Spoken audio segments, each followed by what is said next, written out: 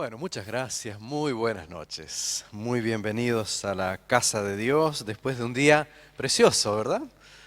Hemos salido hoy, este privilegio de estar en este lugar eh, con el mar y todas las bellezas de la naturaleza también, así que aprovechamos hoy para salir un poco, caminar, hacer ejercicio, tomar un poco de sol, pero la verdad en mi corazón he estado pensando todo el día en este momento donde tenemos el privilegio de estar juntos. Es muy lindo eso, y es conmovedor por otra parte, ¿no? Eh, Dejando nuestras cosas y centrándonos en la palabra, en el Señor Jesús. Y qué privilegio pensar en Cristo, ¿no? Eh, el Apocalipsis comienza con un prólogo. Ayer aludíamos a eso. Hay después un saludo. Pero muy especial, porque el saludo del Apocalipsis viene de parte de Dios. Y después aparece ya la primera visión, y aparece el autor de este mensaje, o aquel que registra las revelaciones. Y lo que él dice es impresionante, la manera como se autodefine y se presenta. Estoy pensando en Apocalipsis 1:9, ¿no? Dice el apóstol: yo, Juan, vuestro hermano y compañero en la tribulación, en el reino y en la perseverancia de Jesús, estaba en la isla llamada Patmos por causa de la palabra de Dios y del testimonio de Jesucristo. Recordando que en el Evangelio Juan nunca usa su nombre. Cuando él habla de Juan en el Evangelio es Juan el Bautista. Pero cuando él se refiere a sí mismo siempre es el discípulo al que Jesús amaba. Y esa es una autodefinición maravillosa, ¿no? Pero aquí se anima él a colocar su nombre de la manera más humilde que podamos imaginar. Dice: yo soy Juan.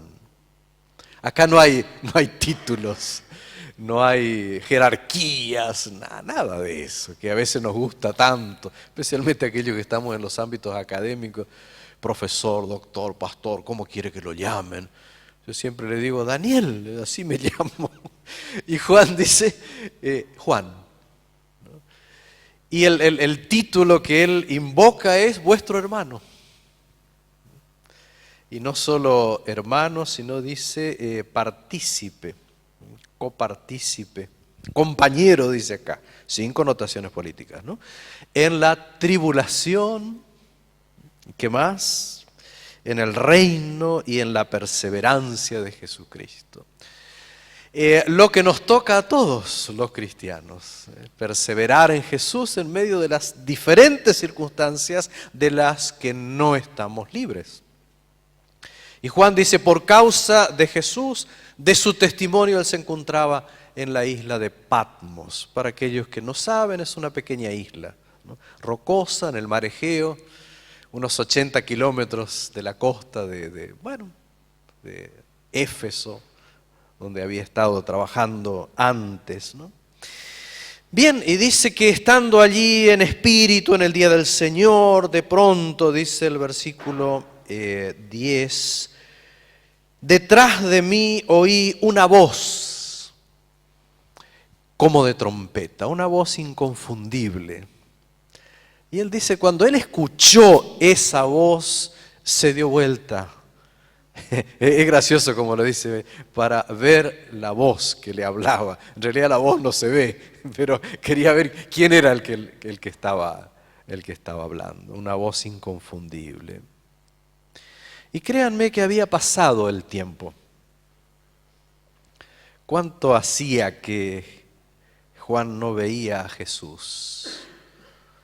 Como cuando había caminado con él esos años.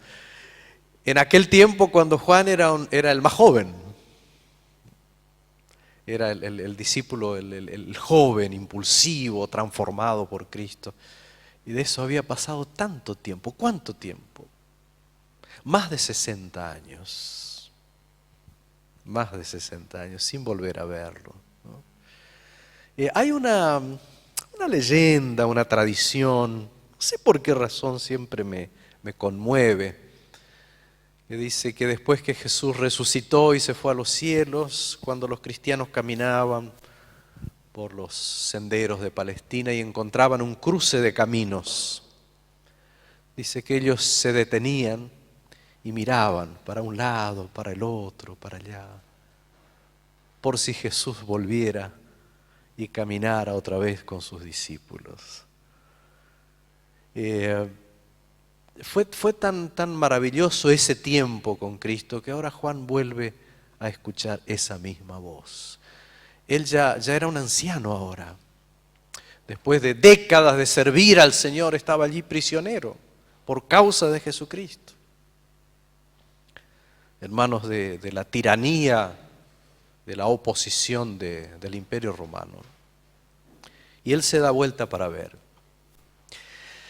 Pero cuando Juan se da vuelta, la imagen que ve es muy diferente a la de aquel Jesús con quien él había compartido tantos momentos, tan hermosos, tan difíciles a veces, tan tiernos de a rato.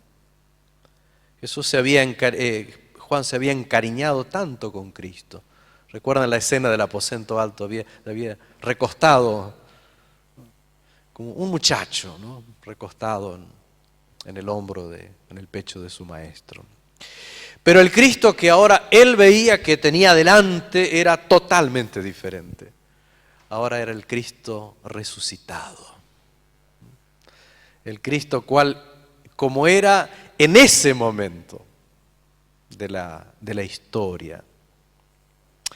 Y él trata, créanme, en el capítulo 1, él trata de encontrar palabras para describir a Cristo y no las encuentra suficientes para describir la gloria, el poder, la belleza, el rostro de Jesús que brilla, los ojos penetrantes, la palabra poderosa, los pies que refulgen. Y ahí él comienza a buscar palabras, metáforas, ilustraciones, semejanzas para describir a Cristo, ¿no? Así que Juan recibió esa bendición, la bendición más enorme de tener una revelación de Jesucristo. Bendición que nosotros también necesitamos y que valoramos en la medida en que los profetas nos ayudan a conocer a Cristo. Después de todo un encuentro con Cristo es lo que estamos necesitando. Juan lo necesitaba allí en Patmos para tomar ánimo, tomar coraje, tomar esperanza. Y así fue. Ancianito probablemente volvió a Éfeso y fue un mensajero del amor de Jesús hasta el final de sus días. No puedo seguir hablando de Juan, pero sí de Cristo. Hace ya muchos años me impresionó del Apocalipsis la manera como Juan habla de Jesús. Ya mañana vamos a hablar un poco más de eso en relación con las iglesias. Hay un pedacito de Jesús en el mensaje a cada iglesia. Es impresionante. Y me impresionan en el Apocalipsis los nombres que Juan utiliza para hablar de Jesús. Los nombres, los títulos. He encontrado 20 nombres y títulos de Cristo en el Apocalipsis. Alguna vez he publicado algo de esto en nuestra revista de la iglesia. No sé si habrá sido por allí el primer artículo que escribí sobre los nombres de Jesús. No tengo realmente el tiempo para detenerme más. Pero vamos entonces a esos títulos. Capítulo 1, verso 5. Capítulo 1, versículo 5 del Apocalipsis, todavía en la introducción, ¿no? Dice, después de enviar el saludo de parte de Dios el Padre, después de hablar de Jesucristo, del Espíritu, habla entonces de Cristo. Y dice el versículo 5, y de Jesucristo. Y entonces dice, el testigo fiel, el primogénito de los muertos y el soberano de los reyes de la tierra. Es impresionante, aquí en ese solo texto hay 3 títulos de Jesús, 3 cosas que Juan desea decir acerca de Cristo. Y lo primero es que Jesús es el testigo fiel, es aquel capaz de representar a Dios con exactitud, capaz de hablarnos de Dios, capaz de mostrar a Dios. Jesús como el revelador del Padre, porque entre otras cosas Cristo vino a este mundo para que a través de Él podamos conocer a Dios. Satanás se ha empecinado, como dice Elena de White por allí, en que tengamos un concepto errado de Dios. Y cuando no sabemos cómo es Dios, todo va mal. Aquel que no ama es porque no ha conocido a Dios, porque aquel que conoce a Dios, ama a Dios, porque Dios es amor. Y entre otras cosas, Cristo vino al mundo para ser el testigo fiel de Dios. Así que basta pensar en Jesucristo, basta imaginar a Cristo en su ministerio para tener una idea exacta del carácter maravilloso de Dios. Y eso es lo que Juan trata de decir. Pero además él está cautivado por el Cristo resucitado. Ya no es aquel que murió, pero resucitó con todo su poder. Por eso él lo llama el primogénito de los muertos. Primogénito es alguien que nace, no siempre es el primero, pero siempre el más importante, aquel que se destaca. Y acá Juan simbólicamente presenta a Jesús como aquel que nace de entre los muertos, venciendo a la muerte, triunfando sobre la vida. Es el primogénito de los muertos. Como dice también en el versículo 18, el que vivo por los siglos de los siglos, amén, dice el apóstol Juan. Y tengo las llaves de la muerte y del Hades. Qué bueno es que Juan nos diga que Cristo ha triunfado sobre ese resultado nefasto y terrible del pecado, como es la muerte. Pero Cristo la sufrió por nosotros, pero venció. Él es el primogénito de los muertos, aquel que resucitó como un anticipo, una primicia. Y como Cristo resucitado, el mismo versículo 5 añade ese tercer título. Dice, Él es el soberano de los reyes de la tierra. ¿Cuánto les gusta a los seres humanos el poder? A veces se dice, bueno, ¿qué es lo que atrae tanto del poder? Pero a los seres humanos les encanta. Me parece que más que el dinero les gusta el poder. Qué bueno es pensar nosotros, personas simples, hijos de Dios, que Cristo es el soberano de los reyes de la tierra. Qué bueno es pensar en Cristo como un rey. A veces los teólogos de la liberación nos han criticado un poco a nosotros los cristianos de representar a Cristo siempre como el Mesías sufriente, siempre la corona de espinas, siempre los clavos, siempre las heridas, siempre flaco y castigado. Dice, cierto, Él pasó por todo eso, pero ya no. Ahora Cristo es el resucitado, poderoso, soberano. Pero al mismo tiempo, queridos, debe ser el soberano de nuestras vidas también. Nuestras vidas también.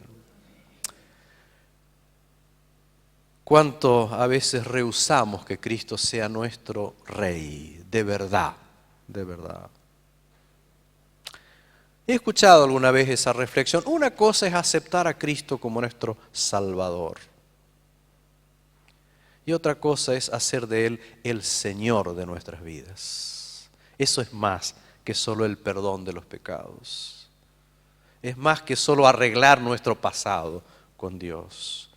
Es permitir que Él sea eso, lo que Él realmente es, pero en nosotros, como aquellas frases por ahí que a veces usamos. Deja que el Señor sea Dios en tu vida.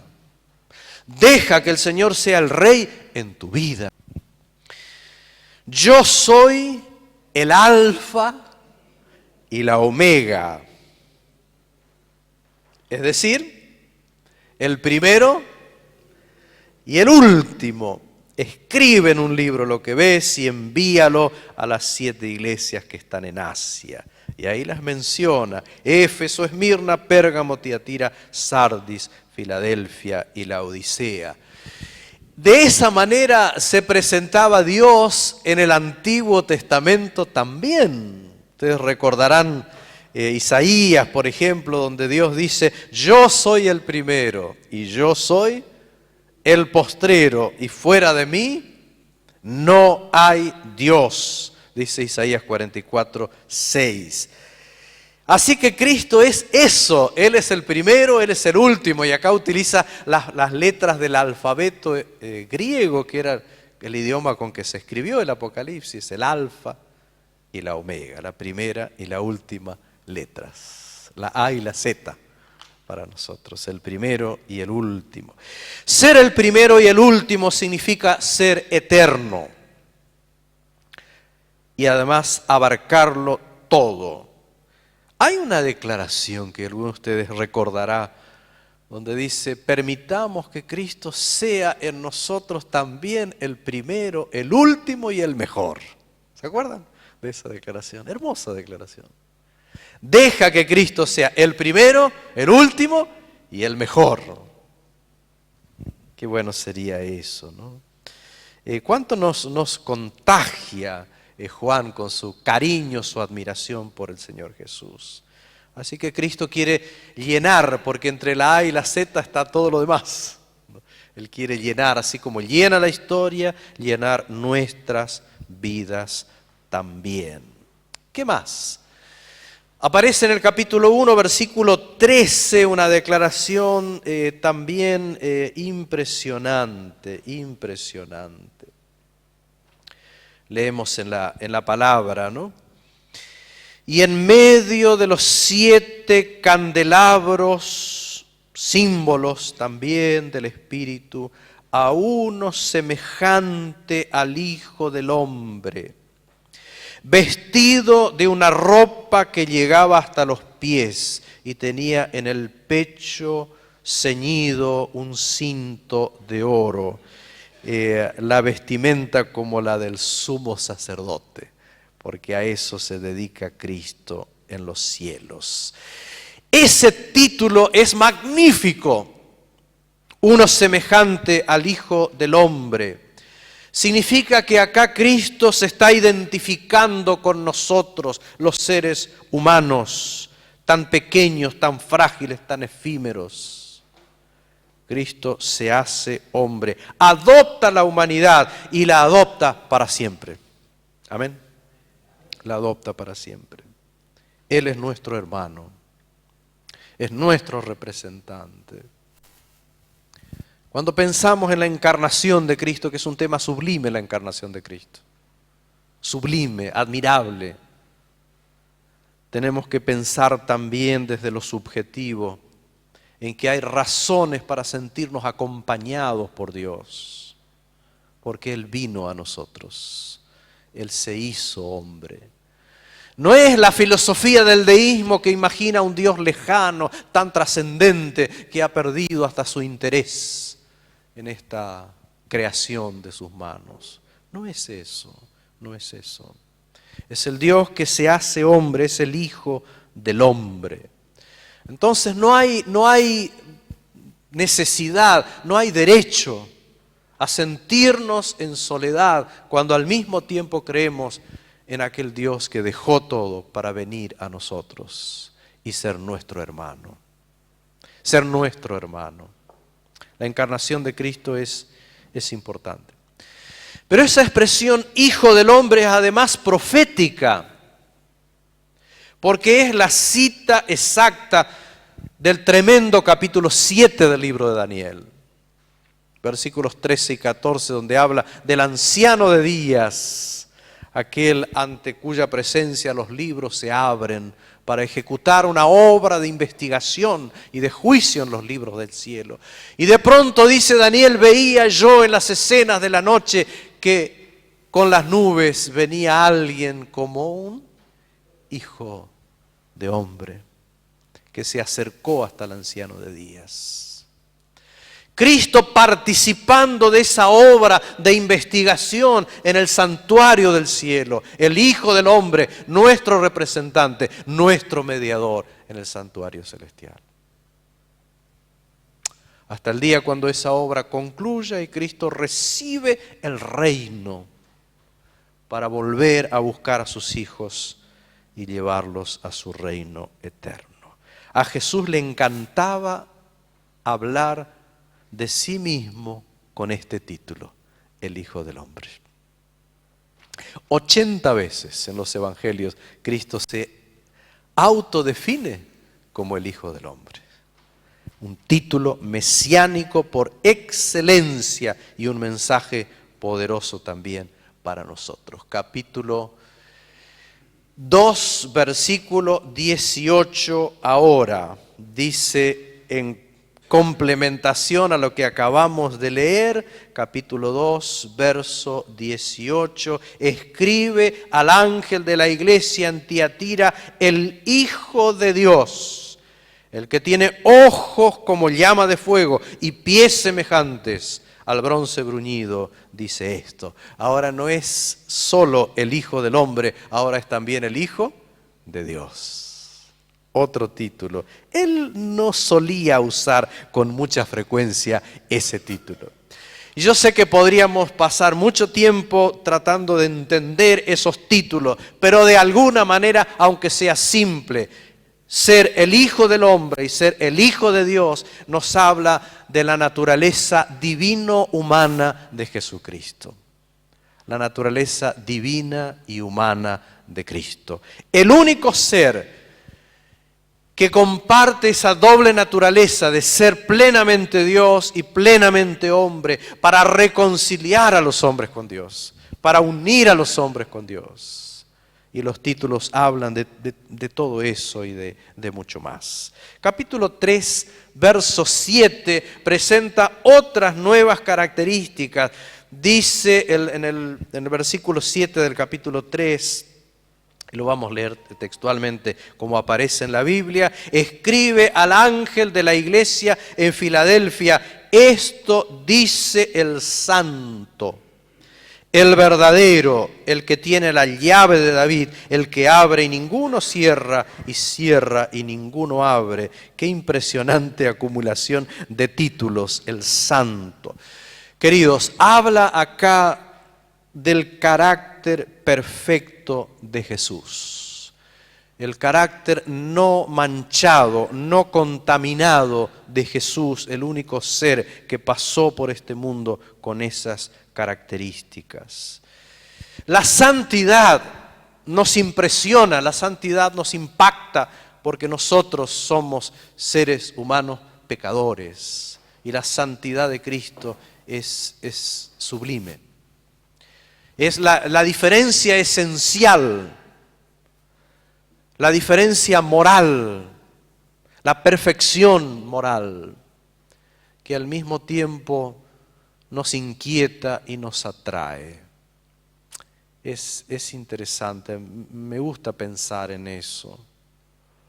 Los profetas cuando vieron la santidad de Dios se sintieron pecadores, pero al mismo tiempo atraídos por eso.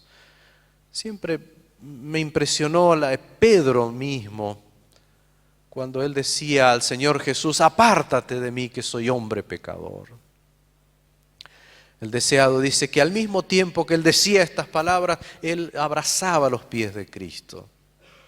Entonces, ¿cómo puedes pedirle a alguien que se vaya si tú lo estás agarrando? Y esa es la realidad del ser humano pecador. Es la realidad del ser humano pecador. Nos sabemos indignos y al mismo tiempo nos sentimos atraídos por Cristo, nos aferramos de Cristo. Y eso es lo que podemos hacer. Además dice el verdadero. La veracidad de Cristo es impresionante y al mismo tiempo habla de la fidelidad. Generalmente cuando hablamos de la veracidad de Dios, hablamos de su fidelidad. Fidelidad para cumplir sus promesas. Capítulo 3, versículo 14 ahora. Dice el texto de la palabra de Dios, el amén, he aquí el amén, el testigo fiel y verdadero, el principio de la creación de Dios. Un texto con otros 3 títulos, a los cuales me referiré muy rápidamente. Cuando nosotros oramos, terminamos la oración generalmente diciendo amén. Ese amén, algunos ni saben, por supuesto, lo que significa, más allá de la tradición, pero tiene que ver con nuestra seguridad de haber sido escuchados. La certeza, la confianza en que el Señor nos escucha. Y Cristo es el amén, aquel que es digno de confianza, aquel que es auténtico. En Él podemos confiar. Testigo fiel y verdadero. Su testimonio es fiel, su palabra es segura, sus promesas siempre se cumplen. Qué bueno que el Apocalipsis nos recuerde eso. Porque el tema central del libro del Apocalipsis es la segunda venida de Cristo. Probablemente la cápsula original que va a permear toda la revelación, Apocalipsis 1:7, aquí que viene con las nubes. Y todo ojo le verá. Y que nos diga el hecho de que el Cristo que prometió es fiel y verdadero, significa que su promesa se cumple.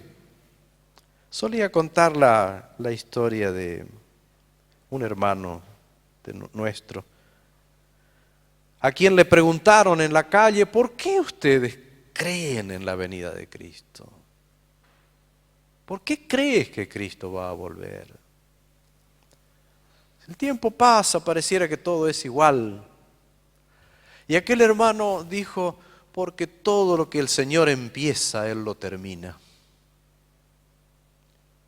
Él empezó la creación y terminó la creación. Empezó su obra de redención. Pero sin el regreso de Cristo, la salvación no está concluida. En la cruz sí, pero aún vivimos en este mundo de pecado.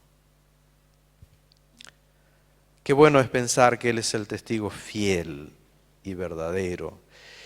Cumple sus promesas, pero quiero decir también cumple sus advertencias. ¿Está bien? El Apocalipsis no tiene solo promesas, también tiene advertencias. Y el Señor cumple ambas cosas. Promesas, como dice alguien, promesas y amenazas. Un cielo que ganar, como diría, y un infierno que rehuir. El Señor cumple su palabra. Pero dice más el versículo 14, Él es el principio de la creación de Dios. Además del testigo fiel y verdadero, es el principio de la creación de Dios. La palabra principio no suena en los escritos de Juan. En el principio era el Verbo. El Verbo estaba con Dios, el Verbo era Dios. Todas las cosas por Él fueron hechas. El Apocalipsis habla de aquel que inicia la creación. Aquel que es el principio y el principal de la creación, quien originó todo. Así que Cristo es también acá el creador de todas las cosas y de nuestras vidas. Y de nuestras vidas también. El primogénito es aquel que habla de los muertos. El primogénito de los muertos. Primogénito es alguien que nace, que a veces era el primero, generalmente, pero siempre era el más importante. Jesús nace figuradamente de los muertos el día que resucita. En la resurrección. Exactamente. Capítulo 5, versículo 5 de Apocalipsis. Dice allí otros nuevos títulos hermosos. Entonces uno de los ancianos me dijo: Juan, no llores, porque el león de la tribu de Judá, la raíz de David, ha vencido para abrir el libro y desatar sus sellos. Qué impresionante la figura del león. Cristo es el león. Es una figura profética sin ninguna duda. Pero nos impresiona de todas maneras la figura del león, la fortaleza, la capacidad de vencer. Y qué bueno que Cristo sea eso para nosotros, aquel que puede ayudarnos a nosotros también a vencer. Billy Graham, gran evangelizador, ya fallecido, solía decir: a un león no hace falta defenderlo, solo hay que soltarlo. Y qué bueno es que Cristo sea eso para nosotros también. Raíz de David, descendencia de David, conquistador y restaurador del reino como David. Todo eso es Cristo para nosotros. Pero es muy interesante que al versículo 5 le siga el versículo 6. A ver si tenemos acá, sí. Capítulo 5, verso 6, donde dice: miré y vi que en medio del trono y de los 4 seres vivientes y en medio de los ancianos estaba en pie un cordero como inmolado, que tenía 7 cuernos y 7 ojos, los cuales son los 7 espíritus de Dios enviados por toda la tierra. El Apocalipsis es un libro de contrastes. Cristo es el león y ahora Cristo es el cordero. Una de las figuras predilectas del apóstol Juan. Ya en el Evangelio está aquella declaración: he aquí el Cordero de Dios que quita los pecados del mundo. Ahora Cristo aparece como el Cordero en el Apocalipsis muchísimas veces, 28, 29 veces aparece la palabra Cordero en el libro de Apocalipsis. El Cordero inmolado, el Cordero que da su sangre, el Cordero sacrificado, el Cordero pascual. Cristo aparece en el libro del Apocalipsis ahora como nuestro Salvador, como aquel que derramó su sangre con la capacidad, como decíamos ayer, de limpiar nuestras vestiduras y hacernos poseedores de esas vestiduras blancas de aquellos que ingresarán por los portales de la ciudad de Dios. Qué hermosa declaración del libro de Apocalipsis. Capítulo 12, versículo 7, avanzando, y yo sé que tengo que terminar, aunque habría muchas cosas más que podríamos decir. Capítulo 12, verso 7, agrega un nuevo título, muy interesante, por cierto.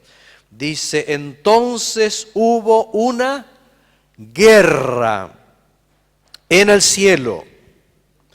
Miguel y sus ángeles luchaban contra el dragón, y luchaban el dragón y sus ángeles, pero no prevalecieron. La victoria fue ganada por Miguel. Apocalipsis, al igual que el libro de Daniel, llama a Jesús Miguel, un nombre por demás interesante. No sé si hay algún Miguel presente, pero quiero decirle que es un nombre muy bonito. Esa partícula él significa Dios, como muchos nombres de la Biblia, ¿verdad? Ezequiel, Daniel, Joel y tantos otros él que aparecen en la Biblia, ¿no? Pero lo curioso de Miguel es que es una pregunta, que en su original es Micael. Hay un nombre femenino, Micaela, que se parece mucho a este nombre, ¿no? Y el nombre significa eso: ¿quién es como Dios? ¿Quién es como Dios? Pero más allá del análisis que podríamos hacer, lo interesante de la Biblia es que este nombre aparece 5 veces. Y el poseedor de este nombre siempre está luchando contra las fuerzas del mal y derrotándolas. Así que Miguel es el vencedor. En aquella batalla del cielo, Miguel y sus ángeles triunfaron sobre el dragón y sus ángeles. Y eso siempre es así. Miguel es aquel capaz de derrotar y vencer a las fuerzas del mal. Así es Miguel. Capítulo 17 ahora, versículo 14. Capítulo 17, versículo 14. Aparece allí un nuevo título de parte de Jesús. Pelearán, porque la lucha es ardua. Y como decíamos, recordando el consejo o la palabra de Elena de White, no estamos en el desfile, estamos en la batalla. Pelearán, ¿verdad? ¿Pelearán contra quién? Contra el Cordero, versículo 14, ¿verdad? Y el Cordero los vencerá. ¿Por qué? Porque es Señor de señores y Rey de reyes. Y me encanta esto. Y los que están con Él son llamados y elegidos y fieles. Así que, queridos, tengamos la certeza, Cristo va a triunfar. El plan de Dios va a triunfar y todos los que estén con Él. Todos los que estén con Él. Porque Él es Señor de señores, es Rey de reyes. Como decíamos hoy, permitamos que lo sea en nuestras vidas. Tenemos batallas personales que vencer. Hay luchas diarias que vencer. Y lo más difícil de vencer somos nosotros mismos. Nuestro carácter, nuestro egoísmo, nuestra mezquindad, nuestros errores, nuestros vicios, nuestros problemas. ¿Es posible vencer? ¿Con Cristo? Sí. ¿Sin Cristo? No. Pero qué bueno que acá se lo presenta como aquel Rey, Señor de los señores. Capítulo 19, tenemos que ir hacia el final. Verso 11. Me gusta mucho. Entonces vi el cielo abierto. Qué privilegio de los profetas. Y había un caballo blanco, muy usual entre los guerreros, los reyes. Y el que lo montaba se llamaba ¿cómo? Fiel y verdadero. Y con justicia juzga y pelea, fiel y verdadero.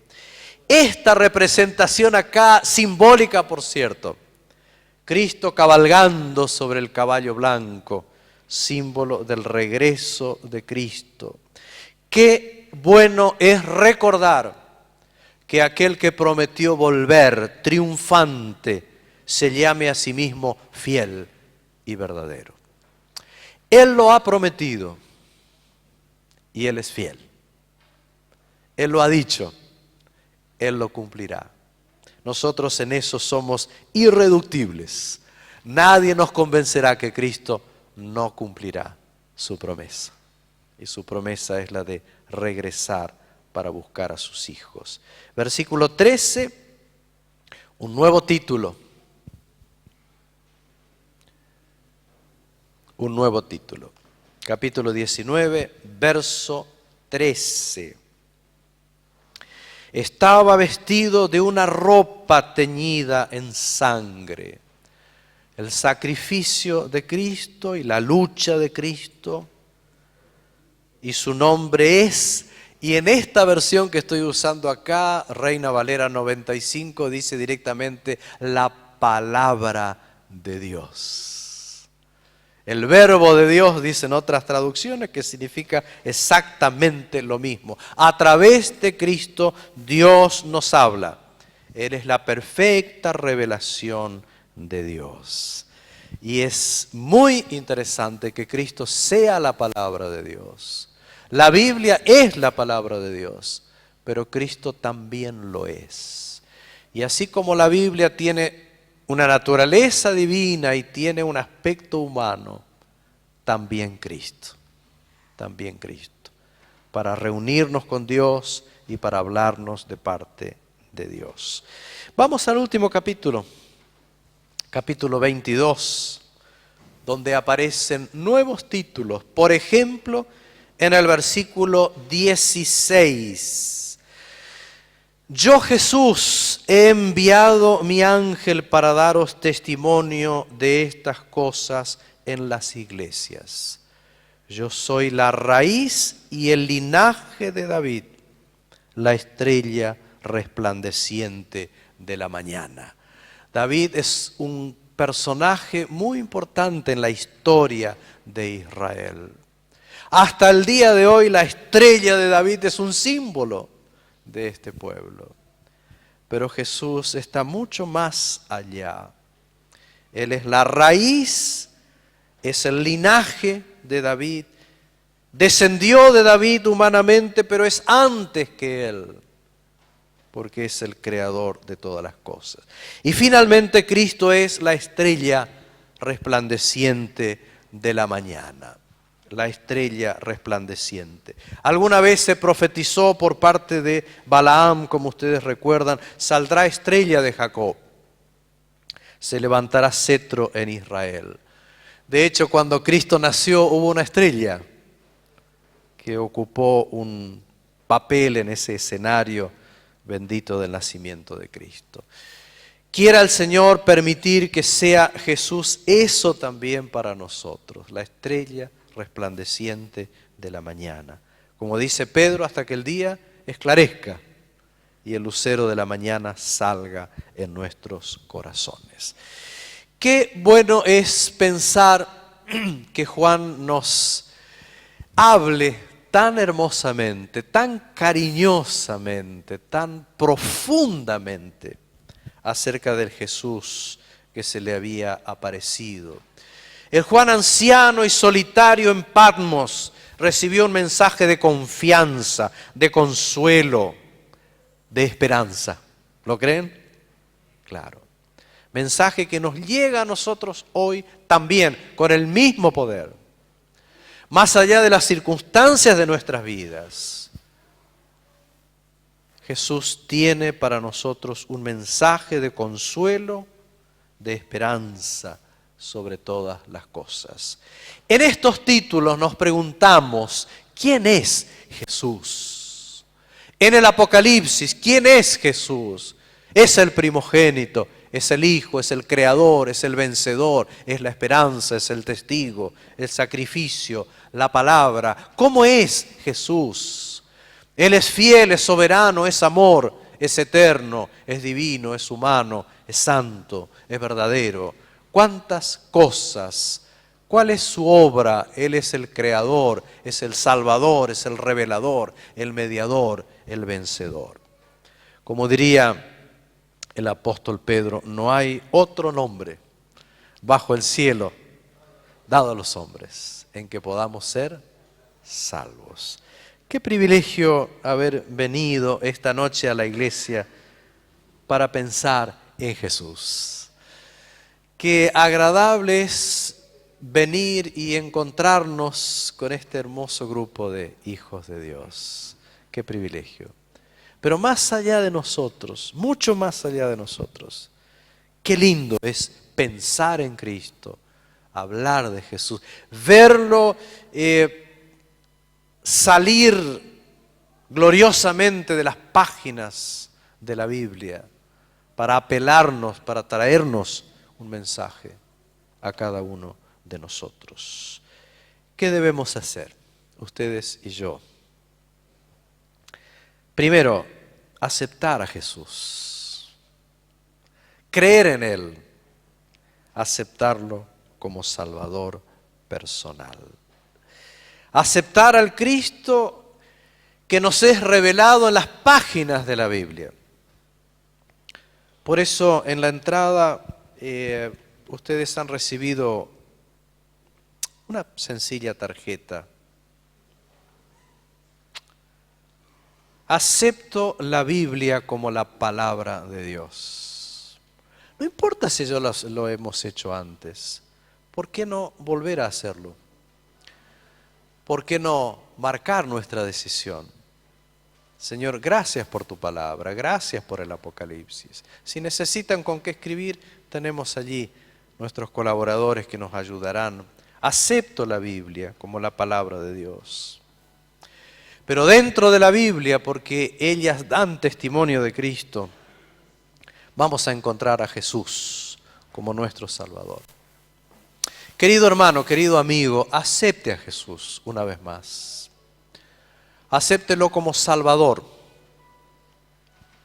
No solo como amigo, como alguien cálido y cercano, acéptelo como Salvador.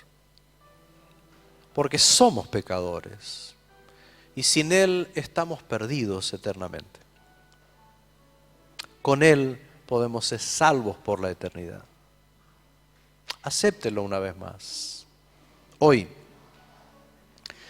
conforme a lo que hemos dicho, ¿por qué no aceptarlo como el Señor de nuestras vidas también? El Rey de nuestras vidas. Quiero que Jesús tome el control de mi vida. Quiero que Él reine, que sea el vencedor conmigo, para poder llegar a la eternidad de la mano del Señor. Hay quienes están empezando a conocer a Cristo y qué lindo es eso, y los felicitamos de todo corazón. Yo no los conozco a cada uno, pero si hay alguien que todavía nunca ha estudiado la Biblia y quiere hacerlo, está la oportunidad de marcar también aquí, quiero estudiar la Biblia. Hay muchos aquí que son apasionados de estos temas, les encanta la palabra de Dios y les gusta enseñar. Y pueden acercarse para estudiar juntos. Hay quienes ya han estudiado la Biblia, pero no se han decidido. Este es un buen momento. Aceptar a Cristo significa también ser bautizado. El bautismo es un símbolo de lo que Cristo hizo muriendo y resucitando por nosotros. Y es un símbolo de aceptar a Jesús con el deseo de vivir con Él para siempre. Cualquiera sea la decisión que queramos tomar, marquemos allí. Supongo que a la salida habrá quienes recibirán esta decisión y podrán acompañarlo con sus oraciones y, por qué no, en forma personal también. ¿Cuántos de nosotros queremos decir, Señor, gracias por Cristo, gracias por su obra salvadora? ¿Cuántos quisieran decir, Señor, una vez más te acepto como mi Salvador, mi Señor, el Rey de mi vida? ¿Puedo ver las manos? Que Dios nos bendiga. Vamos a ponernos de pie y vamos a cerrar este momento con una oración. Se me fue un poquito el tiempo, pastor, qué lástima. Mañana vamos a ser más breves y toda la semana. Sí, se me fue un poquito el tiempo, discúlpenme. Vamos a orar. Padre nuestro que estás en los cielos, muchas gracias, Señor, por tus bendiciones. Gracias por este hermoso día que podemos cerrarlo aquí en tu casa. Gracias porque nos hemos encontrado, nos hemos visto, hemos cantado, hemos orado. Hemos estudiado tu palabra, hemos visto a Jesús en las páginas de la Biblia. Y queremos aceptarlo una vez más como Salvador y Señor, el Rey de nuestra existencia, con el cual queremos pasar la eternidad. Bendícenos, Señor, que podamos salir en paz, más allá de nuestros problemas, preocupaciones y pecados. Aceptemos tu perdón, tu justicia, tu bendición. Que podamos salir en paz y con el gozo que Cristo puede traer a nuestras vidas. Oramos por Jesús. Amén.